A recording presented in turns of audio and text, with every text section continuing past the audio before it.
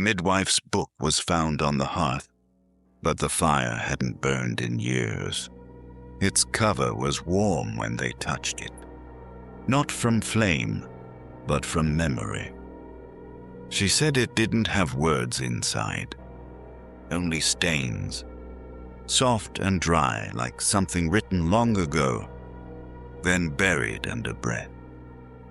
The first time I opened it, a single line appeared.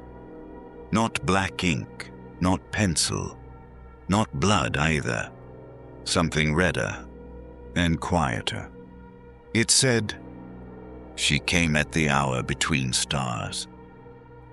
Before we begin tonight, you should know, I don't speak these stories from knowledge. I confess them, like someone unwrapping a bandage that was never meant to heal. I am the confessor, not because I seek forgiveness, but because I cannot keep silent. So rest your hands, close your eyes, and let the hush of this room take you. The candlelight flickers not from wind, but from something old leaning in. What hour have you found yourself in? Not the ticking kind, but the one measured in stillness, in how the shadows stretch across your walls, in how far the light has drawn back from the door. And where are you, truly? Not the name of the place, but the feeling of it. Are you beneath a ceiling you trust, or in a room that forgets you're there? Wherever you are, I know the quiet found you first.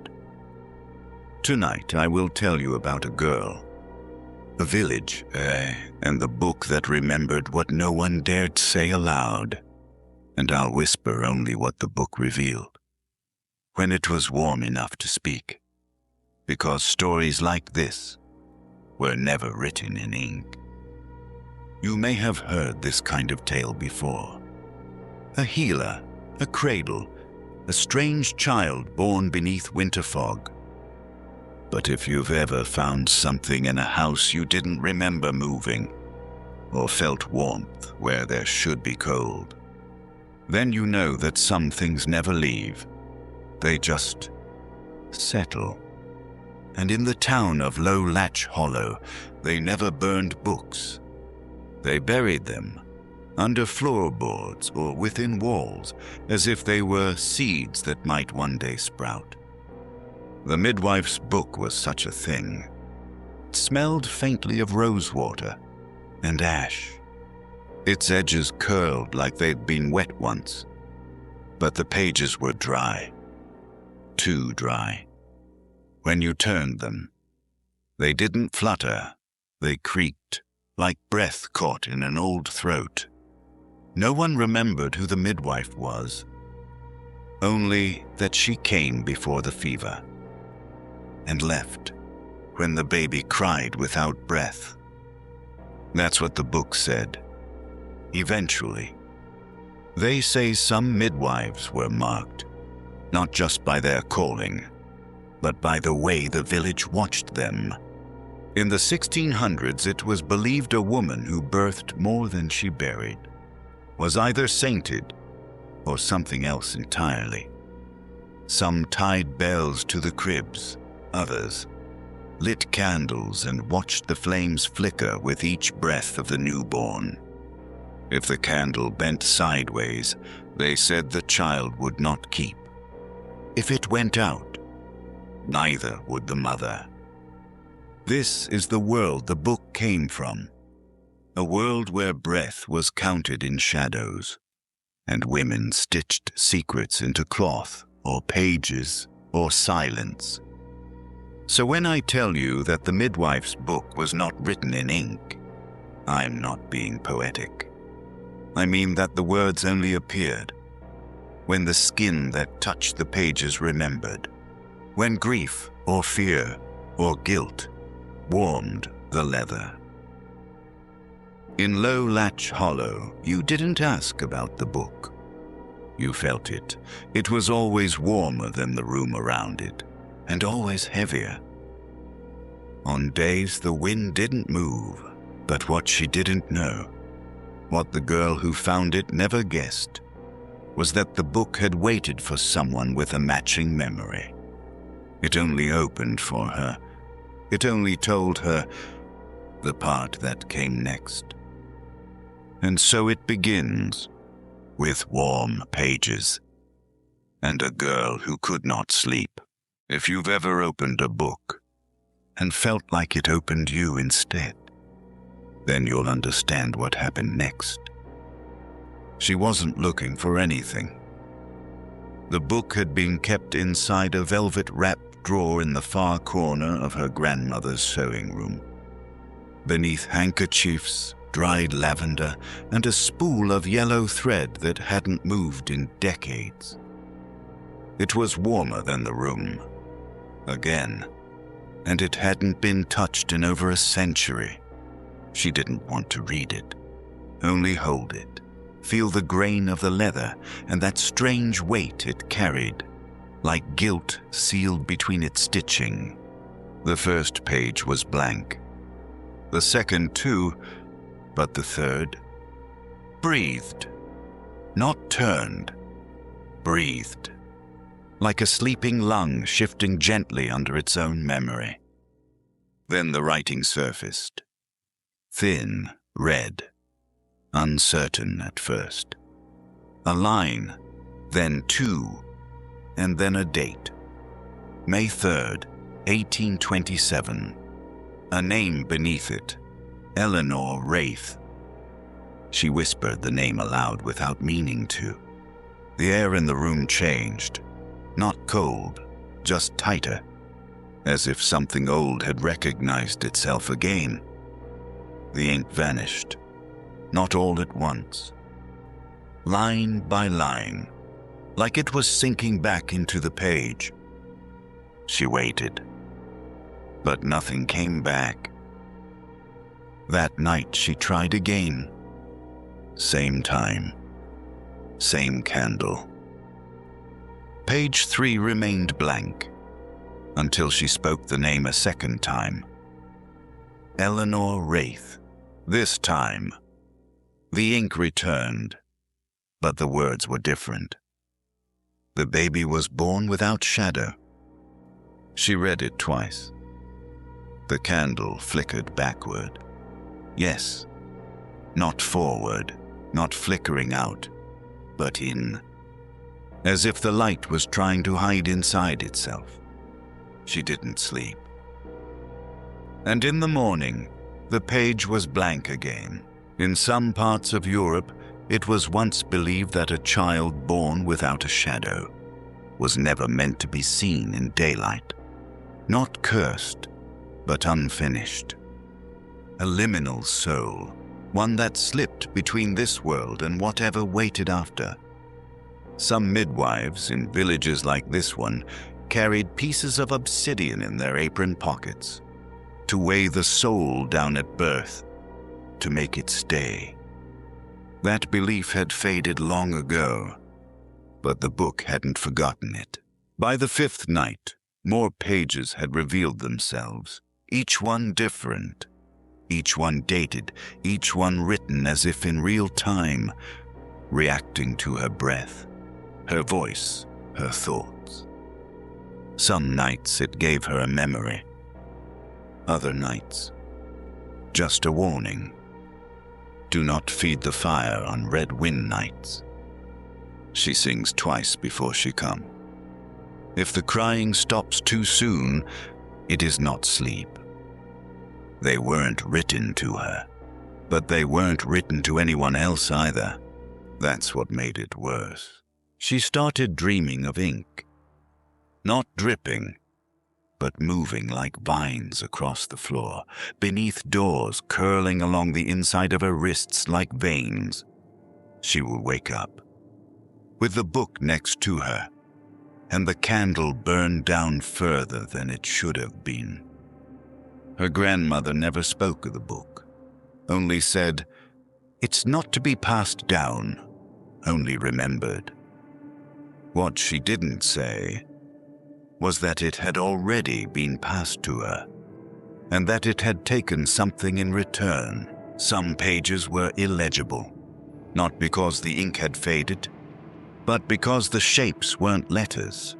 They were memories, fixed in form, but not in meaning. A stitched mouth, a crib turned to face the wall, a door open just enough to let in breath, but not enough to see through. It wasn't just a record, it was an agreement. And she had opened it. She thought maybe she'd found the worst of it. Maybe the book was done.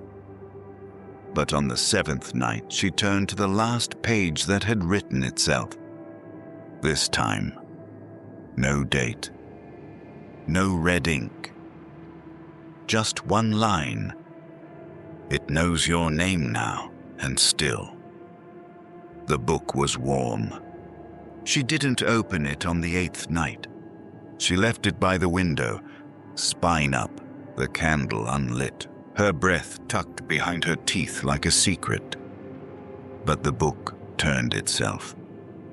In the morning, it was on page 13, and the writing was already there. This time it wasn't red. It was black, thick, uneven strokes. Wetter. It hadn't dried. She touched it. It smeared. Not ink. Something else. Something warm. The words bled slightly down the page as she read. The child who opened the book has not yet cried. Her hands went cold. Not with fear, but with recognition. Because she'd heard a cry in her dreams the night before. But it wasn't a baby's. It was hers. Have you ever known something before it happens? Not in the logical way, not memory or pattern, but the other way. The way that moves through skin before thought. The way your hand jerks back from a door you haven't yet opened, but already know shouldn't be touched. That's what this was. The book wasn't recording what had happened. It was writing what hadn't yet occurred. And it was beginning to describe her. By the 9th night, her reflection was different. Not wrong, just slightly behind her movements. The blink came a moment late. The breath didn't match. In old folk tales from the Yorkshire Dales, they said a woman who saw her breath move in a mirror before she felt it in her chest was living on borrowed time, not dead, not alive. But somewhere memory waits to catch up. She stopped lighting the candle. She used matches instead. They burned quicker. The light didn't last as long. It felt safer that way. The book had changed color. Its leather had darkened to near black, and it no longer warmed in her hand, unless she was crying. Tears pulled ink from the page like water on invisible thread. On the 10th night, the words appeared before she opened the book. She won't hear it cry, because it has her voice. She dropped it, but it didn't hit the floor. It landed upright, closed, perfectly still. Like it had heard her. There's a kind of breath that doesn't come from lungs. It comes from the spine, from memory, from knowing that someone else has felt what you're feeling before you, and maybe still is. The house felt fuller now, like it remembered too many things at once. She stopped sleeping in her bedroom. She slept in the sewing room, on the floor, back to the wall, candle unlit. The book remained by the window, always open, always one page ahead of what she dreamed. The 11th page said, "The breath will fog the mirror before the cry escapes her." She didn't remember reading it. She just knew it. felt it inside her bones, inside the way the room cooled whenever she whispered anything too loud. By the 12th night, the page had no words, only an outline of a crib turned to face the wall. She hadn't told anyone about the dream. The crib hadn't been hers. It had been in the house before her grandmother bought it. It had always been kept in the cellar, disassembled, dust-covered. But that night, when she went down with a lantern, it was upright, assembled, clean, rocking slightly. No sound, no wind, just the creak of something being remembered. Against its own will, she ran upstairs. She didn't scream. She whispered her own name, over and over. Don't forget me, don't forget me, don't forget me. That's when the book closed, tightly, on its own. And a new name appeared on the cover, etched as if into leathered skin. Mother. Would you have kept reading? Would you have whispered your name into a book that could bleed? She never opened it again. But the pages still turned. One each night, without touch, without light. And the mirror no longer reflected the room, just the book and a cradle. Turning slowly toward her voice, she stopped saying its name, stopped lighting the candle, stopped asking questions. The book stayed open anyway. And on the 14th night, it turned a page without her even touching it. She watched the page rise, hesitate in the still air, then fall like a sigh. Onto something she didn't want to know. The words weren't ink anymore.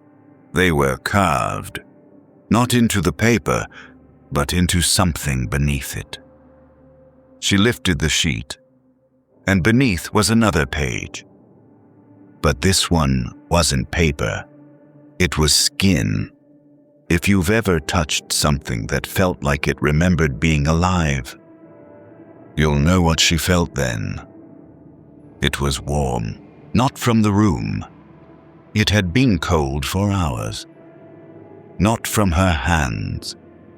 She hadn't moved. It was a page, with the texture of breath, with tiny grooves that matched the shape of fingerprints. She didn't remember leaving. She closed the book, but the feeling didn't leave her fingertips. Some say witches in the old country bound their grimoires with promises, not leather. A promise that bled, or mourned, or whispered things to children in their sleep. If a child cried before the promise was made, the book would never open. If they cried after, it never closed. The next morning, she noticed the mirror had changed. It no longer showed her face, only her eyes. Too close, too still. It felt like the mirror was watching her from the other side. She covered it. The blanket didn't stay. The object was no longer just a book. It was a doorway. Not to another place, but to a memory that didn't belong to her. When she held it now, she could feel the weight of another girl's name beneath her own breath. It didn't hurt, but it echoed. Like remembering a dream that wasn't yours, but still carried your voice. On the 16th night, she heard a lullaby. Not in the room, not even in her head. Inside the book, as if the page had begun humming. Low, broken, familiar in a way that made her throat tighten. She pressed her ear to the spine. It stopped, but her ear was wet when she pulled away. In a faded French folk tale from the 1800s, there was a woman who claimed she could trap a soul in a lullaby. She'd sing it over a cup of water and if the reflection in the surface blinked before the child did, it meant the song had taken root. The child would then dream only what she allowed. They called her La Mère du Silence, Mother of Silence, but no one ever saw her face, only her shadow, leaning over the cradle, with a mouth that didn't move. She dreamt of a cradle that night, but it wasn't in the cellar. It was in the mirror, and she wasn't looking at it. She was in it, looking up at herself, or someone wearing her face. And just as the lullaby began again, the cradle turned slightly away, enough to hide the voice, enough to make her feel left behind by her own reflection. The book didn't just remember. It was beginning to replace.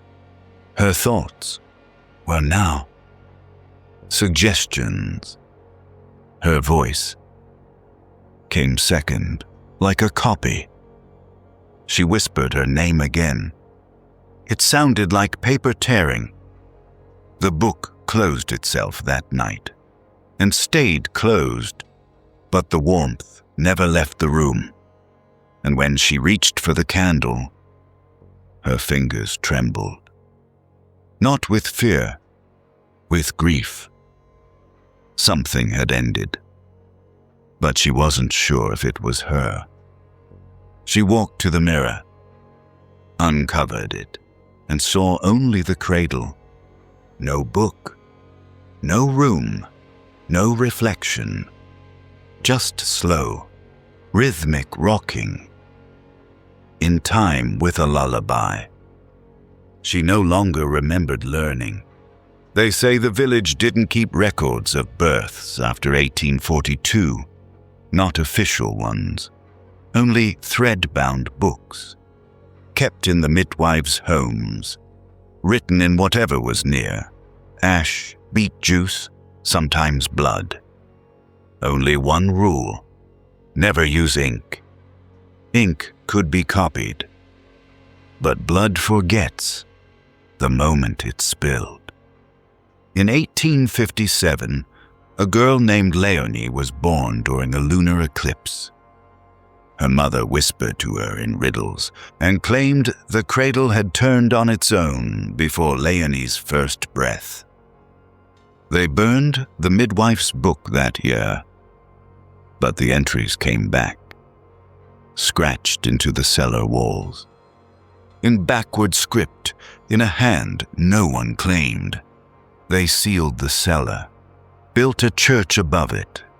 The church has no baptistry, only a mirror behind the altar, wrapped in cloth.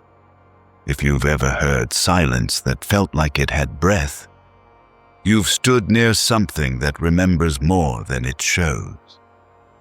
When she looked back through the book, the pages no longer held words. They held moments. She saw other girls, their hands, their tears, their lullabies, caught in loops of soft rocking and forgotten names. Some cradles faced east, some faced the wall, none faced the mirror. Not until now. Old French belief said a cradle turned inward meant the soul hadn't arrived yet. A cradle facing the mirror meant the child had no need for one. It remembered everything. Before breath, before birth. In the margins of the book, new notes appeared. Smaller, softer. They weren't instructions, they were questions. Do you remember where it began? Did you turn the cradle or did it turn you? How long have you been listening to the wrong lullaby? She tried not to answer them, but she dreamed her voice, whispering back. In the restricted archive, file number 027, there's mention of a manuscript found in Montargis, 1899. Bound in velvet, lined in salt. untranslated, said to contain 47 lullabies that can only be heard by the mother who's forgotten her name. They called it Livre des Ombres Douces, the Book of Soft Shadows. Its location is unknown, but the mirror in that town's chapel still fogs once a year, on the night no child was born.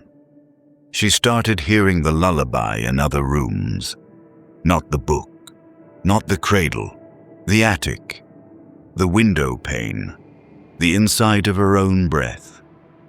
It followed rhythm, not space. It echoed in any room where something had once been rocked to sleep, but never woken. Some lullabies weren't meant to be heard. They were meant to be remembered before anyone could forget.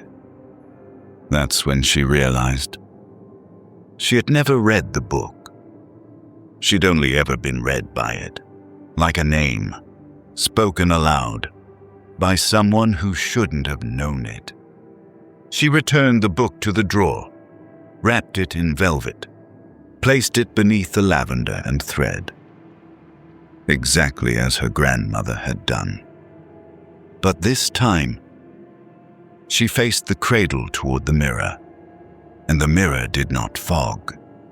It smiled. The book was closed, but it still knew her name. It didn't hum, it didn't whisper.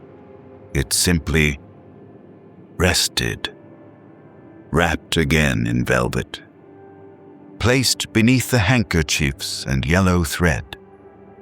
A memory sealed inside the drawer, like a sigh caught in cloth. The mirror no longer fogged. No more breath, no more lullaby, just quiet stillness, the kind that comes after something old has remembered itself. She didn't light the candle that night.